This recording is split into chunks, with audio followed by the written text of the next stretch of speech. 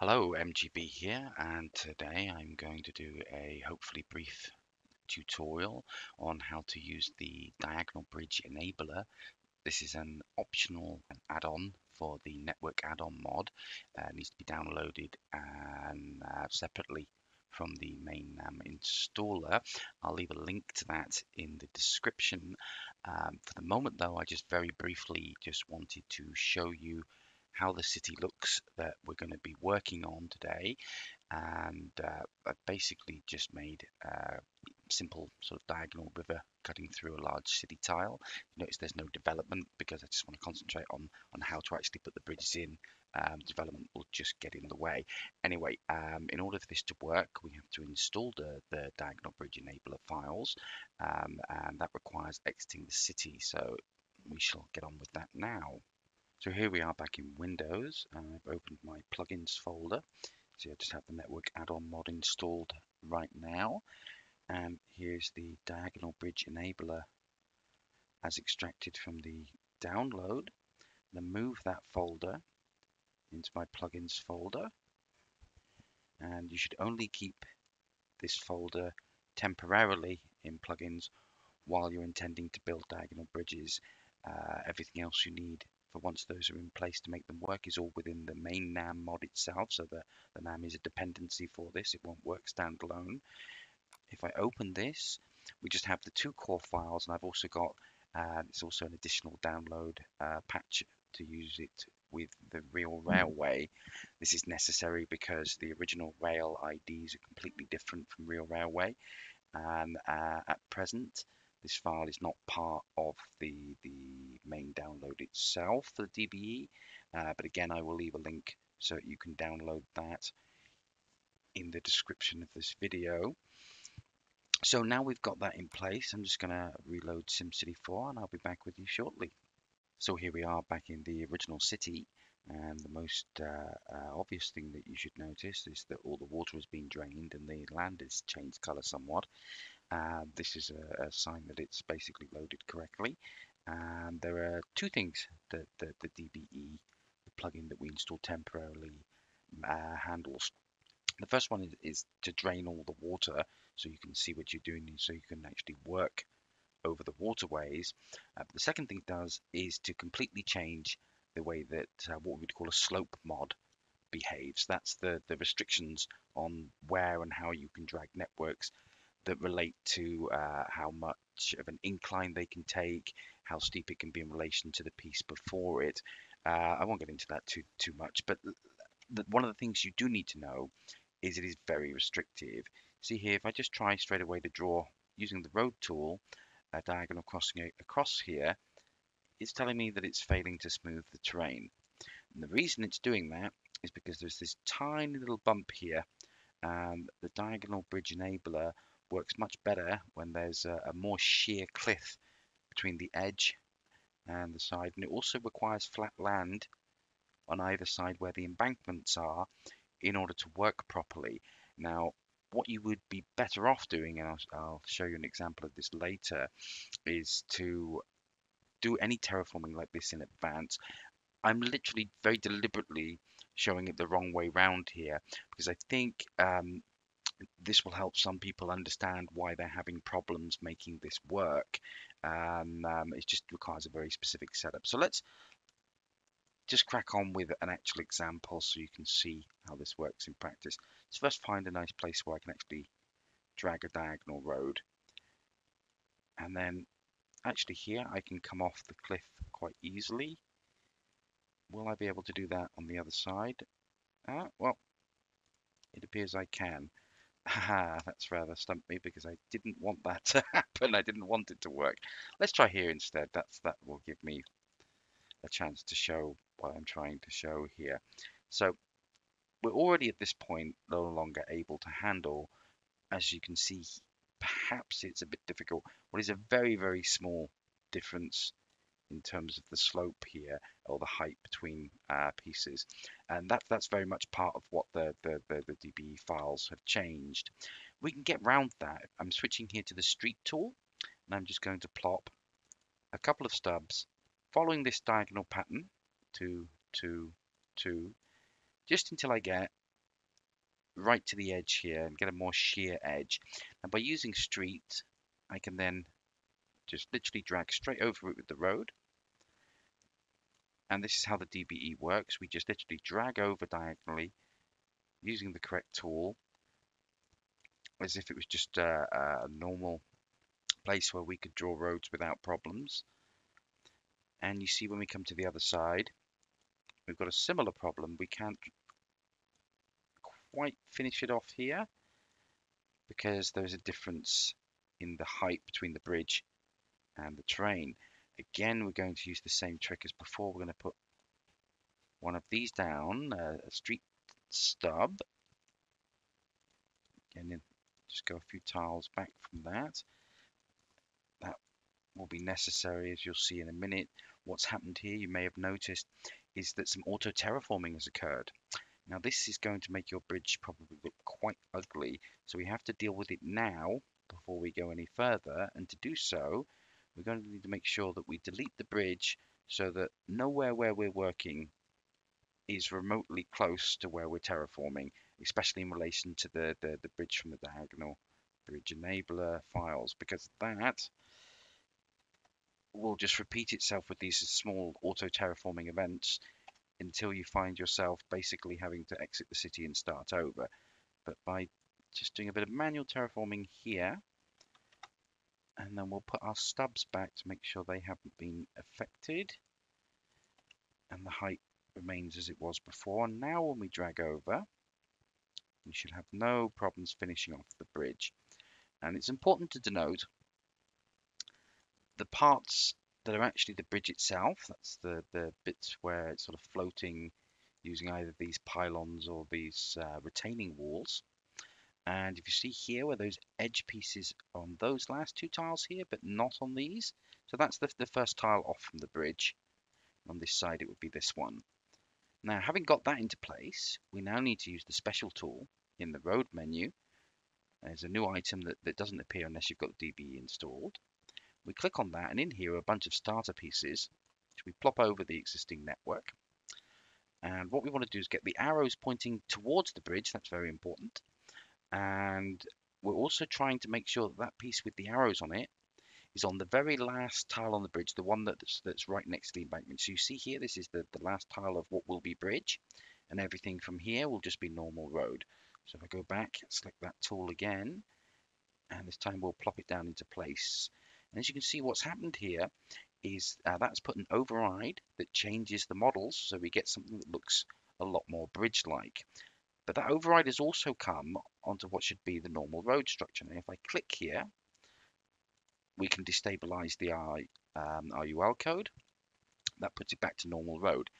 Sometimes, however, if this section is too long, that will lock in as an override. And I'll try and do that over on this side so you can see what I'm talking about. But before I do, it's very important after getting the first side set up correctly, that before we do anything like putting down the second starter piece, the entire bridge override is in place, because again, otherwise you can run into stability issues, and next thing you know, you'll be deleting and starting all over again, which, trust me, is very frustrating and you probably rather avoid.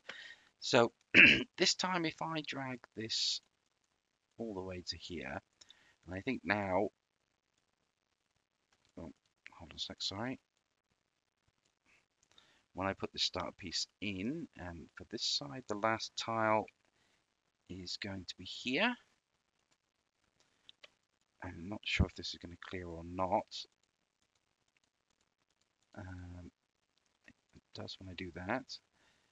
As you can see, sometimes the override can be tricky. If that happens, just delete many tiles away from the bridge, so you've still got a couple of tiles of space, so you don't delete the bridge parts, and then drag the road out afresh, and you shouldn't run into any problems.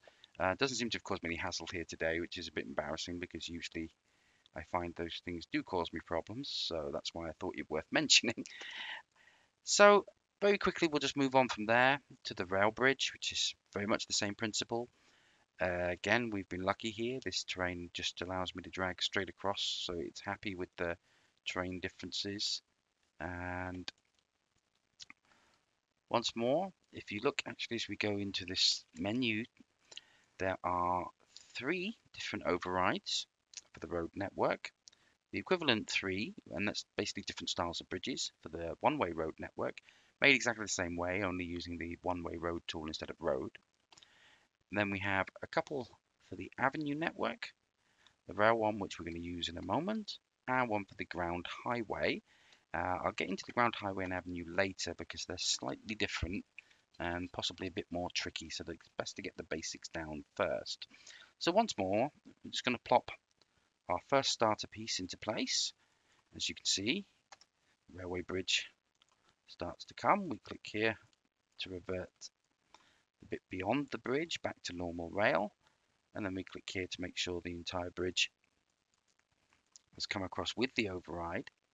And then the last thing we do is find the same starter piece we used before,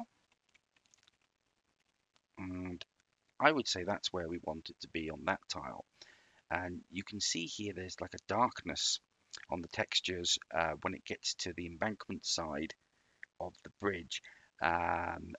If you put the puzzle piece that is, in place, say here, or further back here, when you go back into the main game, when the water and everything's restored, you'll still have that darkness there, and I believe it's some sort of shadow issue related to the fact that the terrain and the bridge model are at the same height, and it basically comes down to one of those quirky Z-fighting things. But if you make sure the bridge, in every respect, has started to come away from the mainland, which will happen if I put the starter here, you'll see that problem goes away.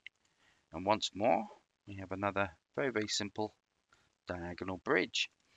So I'm just going to pause here so I can show you those back with the water in place, and then we'll come back and have a little look at the dual tile bridges. So now back in Windows, what we have to do is move the diagonal bridge enabler files back out of plugins, and for some reason that's not refreshing automatically. Well done, Windows. And yeah, I just back into SimCity 4 again, and see you in a moment. So here we are back once again in the test city I'm using, and you'll obviously see that the water is back, the terrain is back to the normal color. Usually using the DBE is fairly safe. There shouldn't be anything that goes wrong if you did have an existing city built up. And you can see we've got some attractive and functional bridges into place. Now I mentioned I was going to go and show the dual tile bridges as well, and before I do that, we're going to use the what I would consider the correct method. So we're going to terraform where the bridge embankments are going to be before we actually start using the DBE plugin. Now I'm going to have an avenue bridge running across here, I think, and I think we will have a highway bridge which is compatible also with the Maxis Highway override, which I have installed. But if you're using the regular Maxis Highways, this works just fine with those as well. So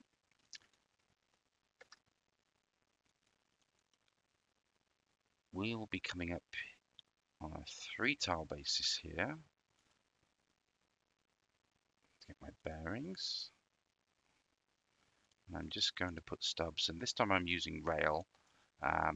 Maybe not so good to use rail if you're using stubs while the DBE is installed. The terraforming is very finicky there, but I find normally that rail is the best one to use in most circumstances. And we're just going to bring, so we've got a nice sheer drop here and a very flat section of land leading up to it. Now if you wanted to at this point, we have some flexibility. We could make a smooth slope up through here, say if the highway section to the left of the picture was slightly elevated or lowered from the position of the embankment. That's perfectly fine. We just need the tiles where the embankment goes over to be very, very much like this, with a very sheer edge, so we can cleanly get over it. The other thing we need is to have the height where the other side of the bridge is going to go to be identical. So one way to do that, let's drag ourselves over here. That's not going to work, but that's fine. We don't need it to. That just gives me a position so I know that I've got the other side of the network on the right tiles, and we'll do the same here with the avenue just to get ourselves prepared. Now, there are many ways to make sure these are the same. Thankfully, however, this is a very, very flat region I'm working with here. That means if I go from a few tiles back before the terrain changes near the edge, we won't have any problems maintaining the correct heights. I say fingers crossed because maybe that will backfire and I'll prove to be wrong. Okay, so that's everything on that side, and we shall do likewise for the avenue just for the sake of completeness. I will show both. Of course, you don't necessarily have to come out as far as this. A bit of experimentation, trial and error. If you want a slightly different configuration, lots of things may work. I think this is just the simplest method that will give you a bridge that looks pretty decent without too much effort. That said, if you are willing to spend some time with the terraforming and being very precise, you may find you get tidier results just where the bridge transitions to the main road network. One thing also not to forget at this point,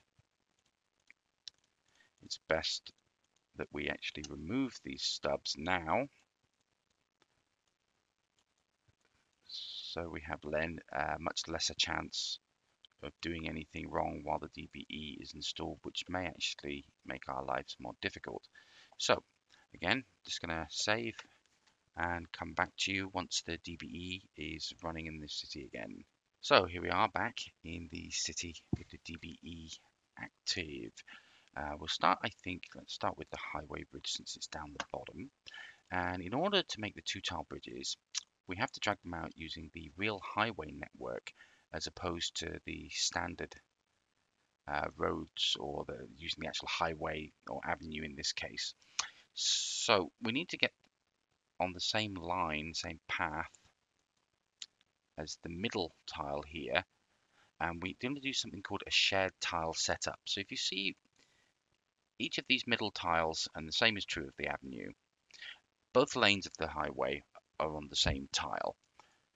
Well, if we get into that middle space and drag the real highway network in the same way, you see here, I've got not just adjacent diagonal roads, but they're actually touching and overlapping. That's important. We need them that close.